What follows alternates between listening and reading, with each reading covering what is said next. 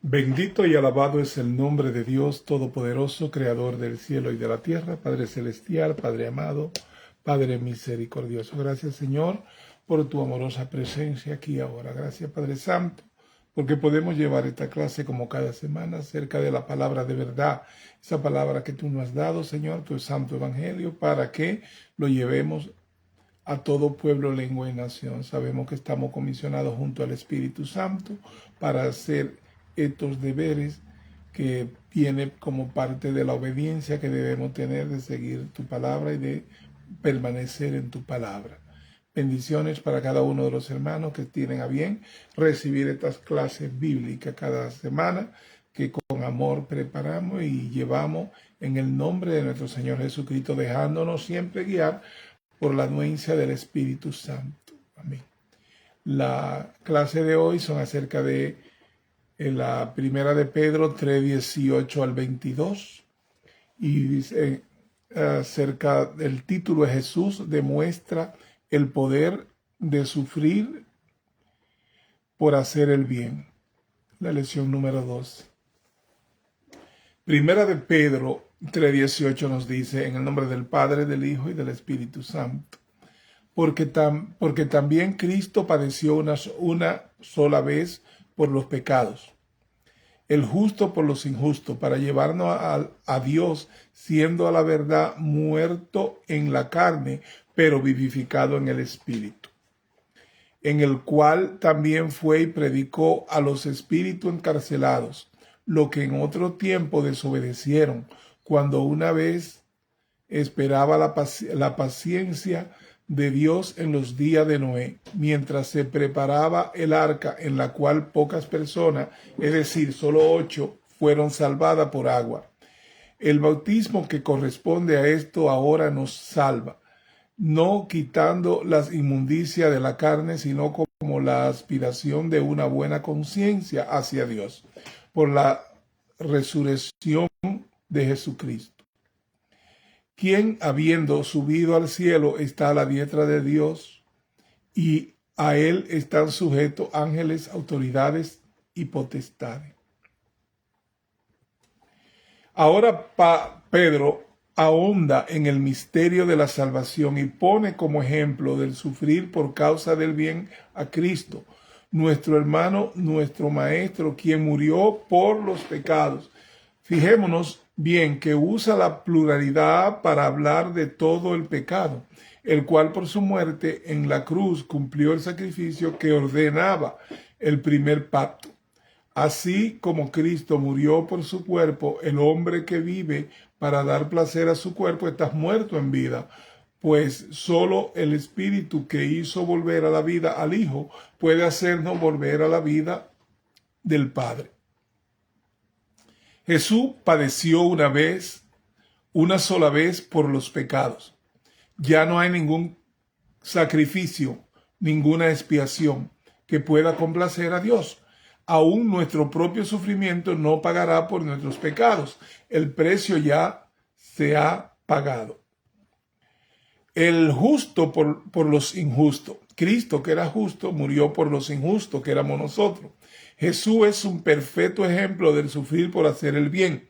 Él, el justo, sufrió todo por nosotros los injustos. Y el propósito de todo era acercarnos a Dios para restaurar nuestra relación rota y muerta con Él.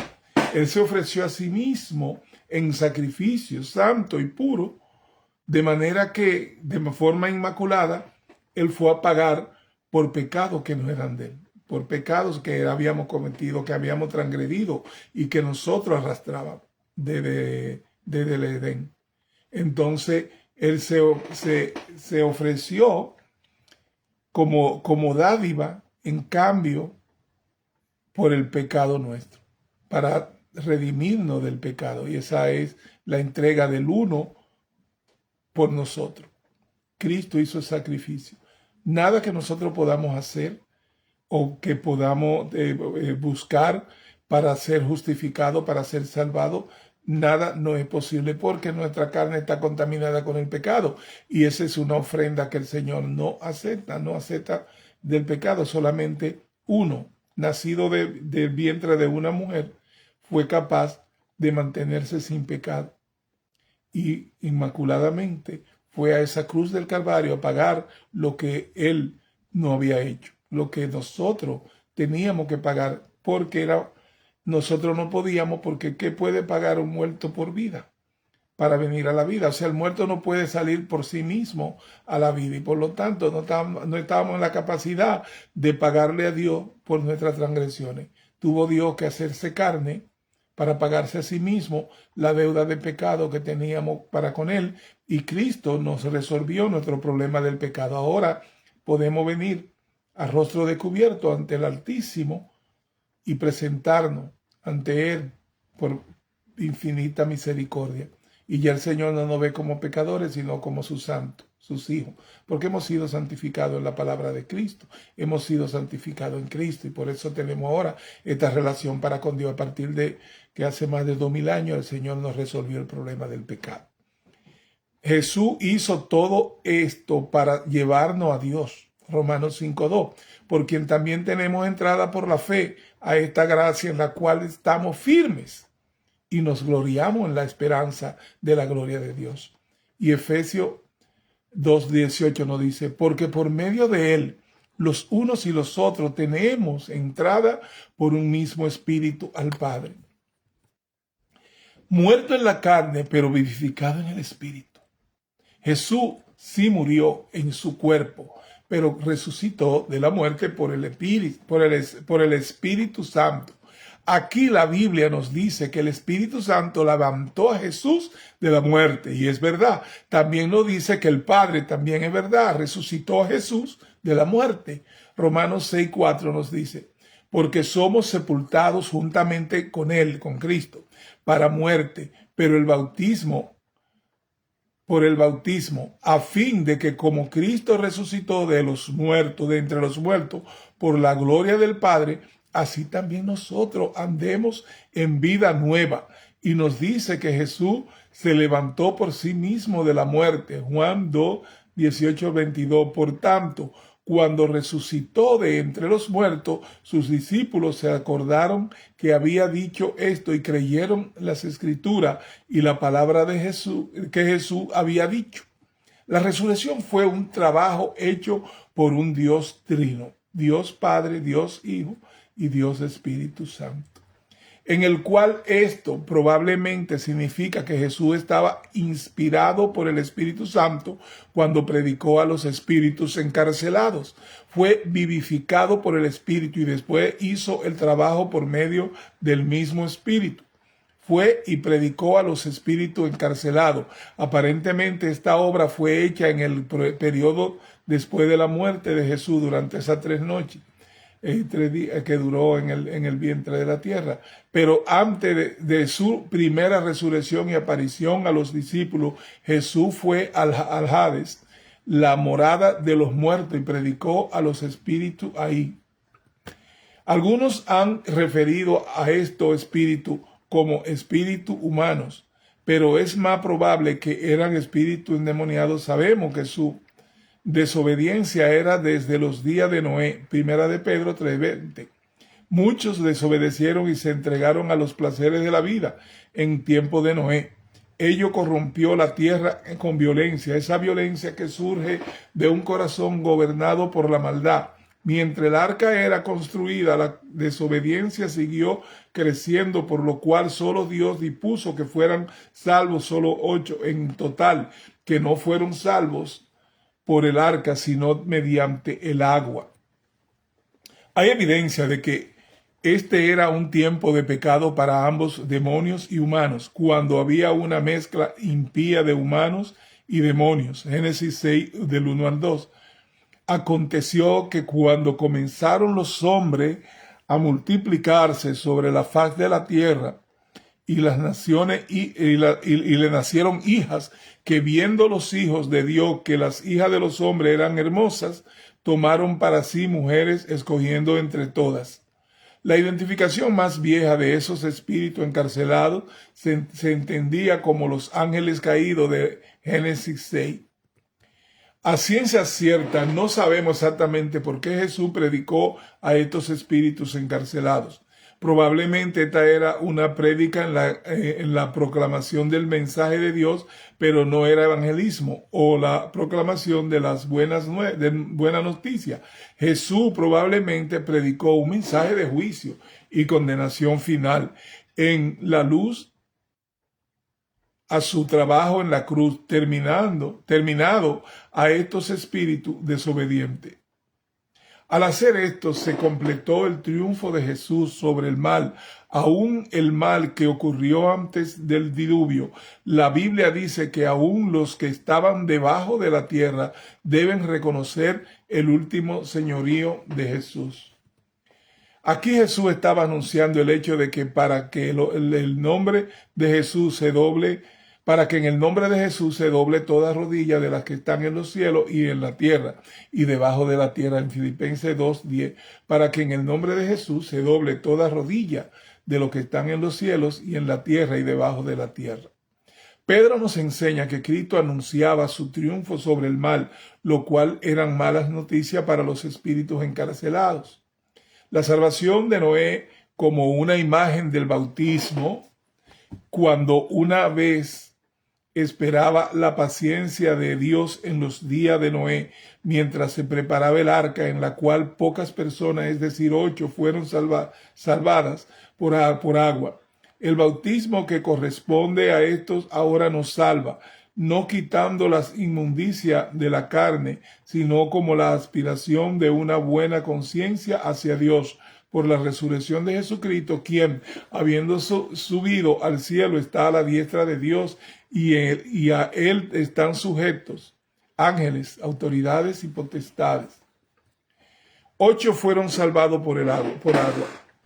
Pedro hizo un dibujo con palabras, así como la salvación de Noé, con referencia al juicio de Dios, está conectada en el agua, así también la salvación de los cristianos está conectada con el agua, el agua del bautismo. El agua del diluvio lavó el pecado y la maldad y trajo al mundo a un nuevo y fresco comienzo ante Dios. El agua del bautismo hace lo mismo, proporcionando un paso de lo viejo a lo nuevo. No quitando las inmundicias de la carne, sino como la aspiración de una buena conciencia hacia Dios. Al mismo tiempo, Pedro es cuidadoso de apuntar que no es meramente el agua del bautismo que nos salva, sino la realidad espiritual detrás de la inmersión en el agua, la buena conciencia. Lo que en la realidad nos salva es la aspiración de una buena conciencia hacia Dios, una conciencia hecha buena a través del trabajo completo de Jesús. Al conocer la palabra, tener conocimiento exacto de cuál fue la operación para nuestra salvación, para nuestra redención, conocer lo que Cristo hizo por cada uno de nosotros, tener memoria de esto, tener conocimiento pleno. Entonces esa buena conciencia nos hace que nosotros nos rindamos para ser sumergido en el agua y salir de ella una nueva creación en Cristo Jesús, para vivir desde ahí para siempre en esta nueva conciencia, o sea, en este nuevo latir del conocimiento de que le servimos a un Señor, que tenemos Dios, que tenemos fe y que tenemos esperanza y que somos parte de la familia celestial, y que esto nos permite a nosotros a través de conscientemente venir al bautismo en agua, de que tengamos una relación para con Dios desde ahí para siempre, porque lo mismo que pasó con ellos, que fueron salvos por agua, ellos, desde entonces hubo un nuevo comienzo en la humanidad, para así en cada uno de nosotros se da ese nuevo comienzo en la vida de nosotros, para manifestar la virtud de Cristo, nuestro Salvador. Jesucristo, quien habiendo subido al cielo está a la diestra de Dios, vemos la plenitud de la obra de Jesús por su exaltación de la diestra de Dios el Padre, y la sumisión de todos los espíritus creados a Él, y a él están sujetos ángeles, autoridades y potestades. Así que a pesar de que Jesús sufrió por hacer el bien, él tuvo el último triunfo y la victoria. El ejemplo de Jesús prueba el punto de Pedro en primera de Pedro 3:9, no devolviendo mal por mal ni maldición por maldición, sino por el contrario, bendiciendo, sabiendo que fuisteis llamados para heredaseis bendición. Cuando sufrimos por hacer el bien, heredaremos bendición. La parte del bautismo en que conecta Pedro en estas clases, que conecta en la palabra acerca de la importancia del bautismo. El bautismo es un acto de conciencia, o sea, de conocimiento. Usted tiene conocimiento de que usted confesó a Cristo como su Salvador y que se le ha predicado la palabra y que usted está creciendo en la palabra. Y llega ese momento en que usted dice, yo tengo que hacer lo que el Padre mandó. Él dejó una instrucción de que fuésemos bautizados y que en agua. Y por tal razón debemos cumplir con esa petición del Señor, porque parte de la obediencia que debemos manifestar ya como creyente. Entonces usted viene y le dice a su pastor, a su congregación, que quiere ser bautizado, y entonces ahí usted viene y viene al bautismo en agua. Es importante que se note que Pedro explica que es un estado de conciencia a través del cual usted tiene conocimiento y va a dar testimonio y va a dar fe de que usted ha creído en el Señor. Y que cuando usted quiere ser bautizado es porque usted quiere de esa manera salir y dejar el hombre viejo atrás y empezar la nueva creación en usted, que es en Cristo Jesús. Y a partir de ahí entonces usted vive y es parte de la nación santa, del linaje escogido y de la familia celestial. Entonces, partiendo ya de que usted ha nacido, es como cuando usted nace la primera vez del vientre de su madre, que usted viene a una vida que no conocía ni tenía, pero ahí usted no tenía conciencia de lo que estaba haciendo. Lo que está pasando ahora es que usted tiene conciencia de que usted quiere nacer para una vida nueva en Cristo Jesús y viene con total conocimiento de esto, y a partir de ahí entonces ya usted tiene un compromiso para con Dios de vivir para Él, de manifestar las virtudes de Cristo en la vida suya, de que Cristo en usted vaya creciendo cada día mientras usted permanece en la palabra, mientras usted permanece en la obediencia. Todos los llamados que tiene la Biblia desde Génesis hasta Apocalipsis son acerca de la obediencia al Dios en el cual hemos creído. Y una parte de esa obediencia es congregarnos y por decisión nuestra ir al bautismo. El bautismo no es cuestión religiosa, el bautismo es cuestión de fe. Y, o sea, casi en todo tenemos que ver, porque somos nueva creación en Cristo Jesús y vivimos por fe. Y por fe debemos hacer las cosas que al Señor le agradan. Él es que nos pide que hagamos esto. Y por lo tanto, manifestando y haciendo lo que el Padre manda, y Él nos reconoce como sus hijos. Usted es hijo de Dios por la obediencia.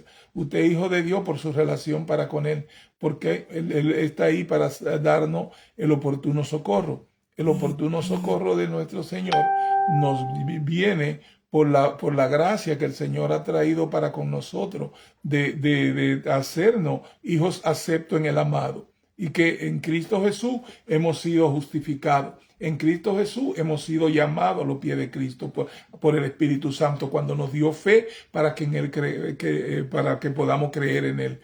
Es así como tenemos una relación para con Dios. No viene determinada por ningún tipo de acto religioso o ninguna de esas cosas. ¿Por qué? La verdad es la palabra, y la palabra te instruye a vivir en obediencia.